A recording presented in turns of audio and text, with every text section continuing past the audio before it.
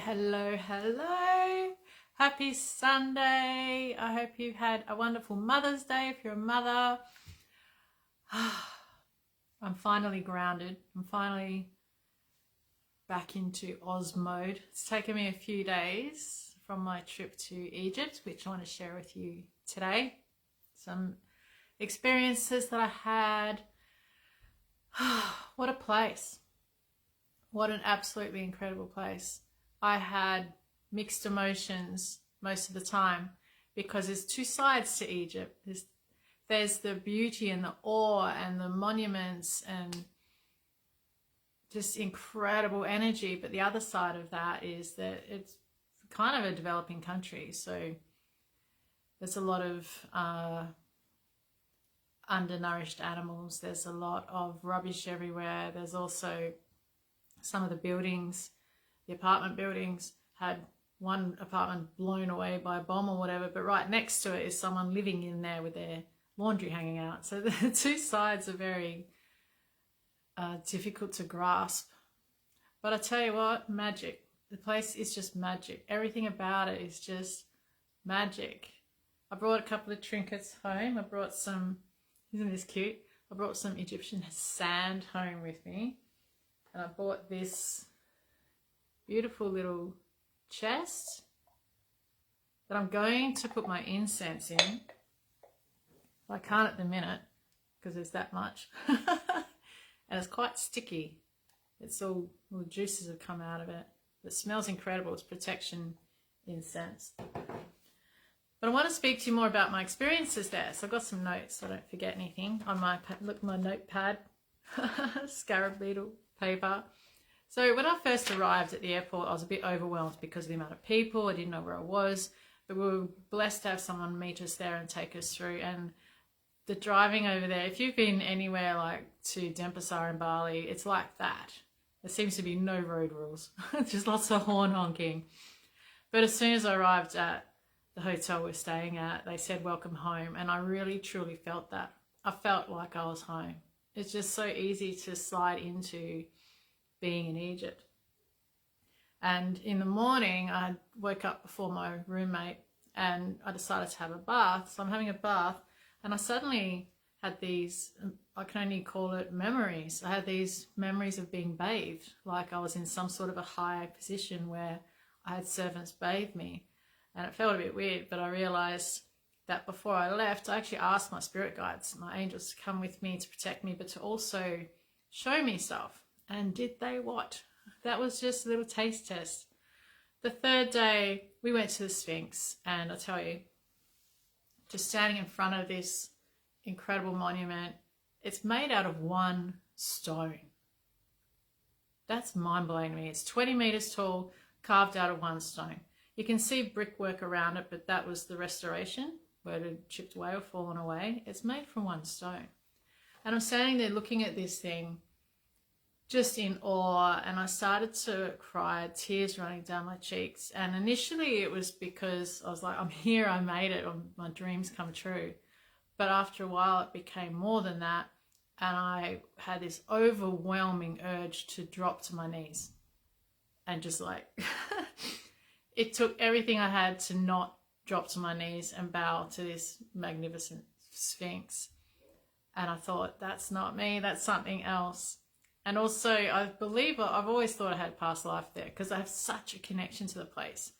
And my mum and my brother have had their DNA tested, and there's nothing Egyptian in there. There's Celtic, there's Scandinavian, but there's nothing Egyptian. So definitely must be a past life thing.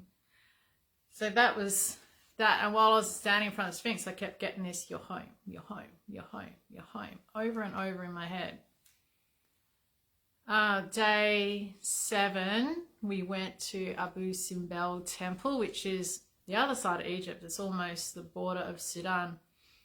And this place, it's so big, biggest thing there that I saw at least. And I didn't know what I was going there to see. And as I turned around the bend and just looked up at this carved into a mountain, basically, I just audibly, loudly went, wow! And then, oh my God, so loud. I realized I covered my mouth. Huge, huge place. I was walking around inside there, checking all out the whole time, just tears pouring down my face. I had no understanding of why. I just kept crying and crying and crying as I'm walking around. It was happy tears though. It wasn't sad, like just joy, awe, inspired, just all the feels. And I stopped after a while, and Tracy, who organised the trip, she was taking my photo, and she looked at me and she goes, "Your face is changing." And I thought, you know what? And as I was saying, I can feel it. She said at the same time, you can feel it. We both in unison. I feel like this energy shifting behind my face. It was weird, but not scary. And then I felt energy shifting through my body too. Again, weird, but not scary. So I thought, that's interesting. I wonder what that's all about. And later that day, because we're on the cruise by then, we it was a cruise liner for 6 days, 6 nights. And when I went back onto the boat and went to, a bit of oversharing here, but went to the toilet, it's because it's a cabin, it's a tiny little bathroom, and I'm actually looking at myself in the mirror while I'm on the toilet, and I noticed my eyes look different. I thought, just incredible stuff. We had a few ceremonies. We had a ceremony between the paws, the legs of the Sphinx, just connecting to the energies there. We had a ceremony at the Temple for Isis, which is on the Isle of Philae. It's actually called Philae Temple, but it's for the goddess Isis. And just the energy was potent. There's cats everywhere on the Isle of Philae. And as you're probably aware, Egyptians looked up to cats. Then the Nile. So the Nile is a big, wide, very, very long river. We were one of at least 50 cruises on the Nile. It's crazy how many are out there. So the waters weren't particularly nice or clean. So at one point we got onto a smaller boat and went to a part of the Nile where there's lots of islands. So the bigger boats can't travel through there. And it was a bit cleaner, or much cleaner actually. And there was a part where we could bank on the sand. It was like a bit of a beach. So we got off there and we got into the water, which was ice cold. I've been in the ocean when it's cold. This river was icy cold. And I just charged in to get wet. We didn't put our heads underwater because of possible disease or whatever, but it was cold. And we held a bit of a circle there and brought in beautiful energies to connect to the Nile River itself. And when we finished that, we didn't feel the cold anymore. We were just swimming happily, and it was just lovely, feeling this real deep connection with the river itself. And water, as you may be aware, is emotions. It's the element for emotions. So it was beautiful to feel that. Day 10, we went to the Temple of Karnak, where there was a statue of Sekhmet, and there was a dedication to Petra. And we had the archaeologist and the Egyptologist who manages that guide us for a small part. And for the temple for Petra, there was lots and lots of pillars leading up to it, before it, and they were added 700 years later. So the temple itself was built thousands of years ago, and then 700 years after it was built, there's all these pillars leading up to it. And so I asked him, I said, what's that all about? And he said, there would have been gates there. And it's a bit like when you see a president or a prime minister or whatever, you have to go through all these doors to get to them. And the idea of that is demonstrating how, not that I would think that of most prime ministers and presidents, but how glorious it is to be here in this space, in this presence. And that's where that has come from. It's come from the Egyptians making it harder to get to, so that you desire it more, I suppose. But it was actually about the glory of death. You see, when we die, and this is what the Egyptians believe, you become spirit, right? And you become this incredible being. So they value death, they respect death, which is why they have the tombs and everything else, to keep the body connected to the soul. So death is glorious to them.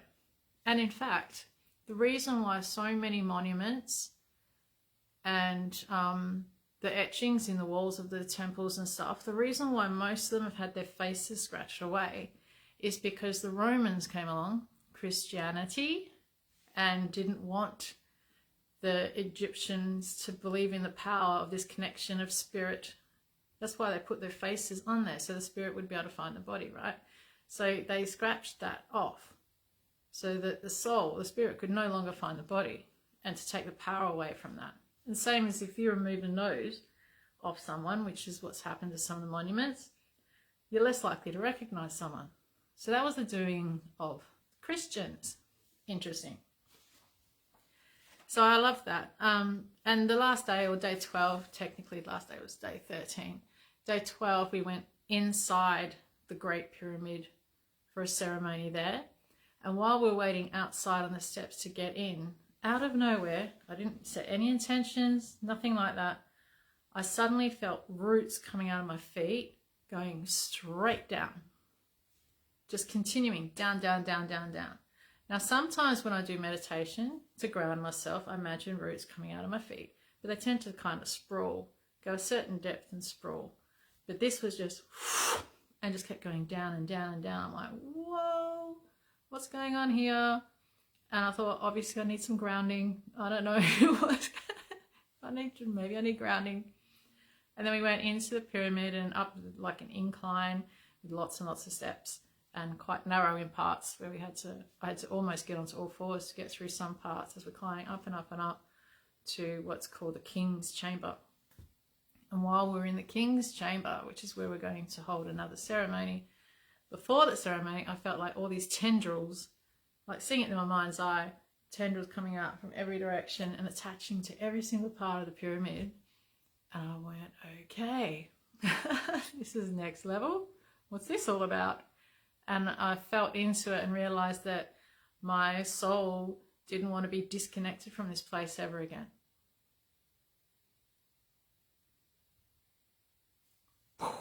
Mind-blowing stuff. Absolutely mind-blowing. Whole time, all of us actually in the group, there was 10 of us, all of us felt so at home, so connected to the place. And of course, having stood in circle and created energy amongst ourselves, we just felt completely whole and at peace. And there were times when we had security with us. I wasn't even aware who they were at first because we're not told, it wasn't announced or anything. But there were some times, like when we were in the middle of Cairo, that there'd be this guy walking around with us, a big burly fellow. Or sometimes they reminded me of the Men in Black, but they were in blue, kind of like stopping traffic and helping us cross the road. I'm like, what's going on? And then I was told that they were actually security to help us. But at no point did I feel unsafe. It was just phenomenal, absolutely phenomenal. So coming back, I've actually found it more difficult settling back in home than I did settling into Egypt. It's just, I guess I have had a past life there. I just felt like I'd come home. It was beautiful, absolutely beautiful. So I wanted to share that with you guys, and I'm still feeling filled with that energy. I don't know that it will leave me, especially now I've got my little trinkets and things to remind me. And before I went, I was actually feeling a bit in limbo with my business, not sure what to do next and not really wanting to start anything because I knew I'd have a transformational experience while I was away. But the whole time I was there, I kept getting weekend retreats and spirogenics. So that's what I'm going to be bringing, well, retreats we're bringing back, because I was doing them. Obviously, with that better energy around it, not better, bigger, because they were already successful retreats. So we're doing them again. And the spirogenics is a body movement technique that I learned back in 2019 that I wanted to bring here from Queensland, and it didn't really take off, but obviously it's time now to do that. So thank you for watching and listening. I look forward to connecting with you all soon, and I'll see you next week. Bye for now.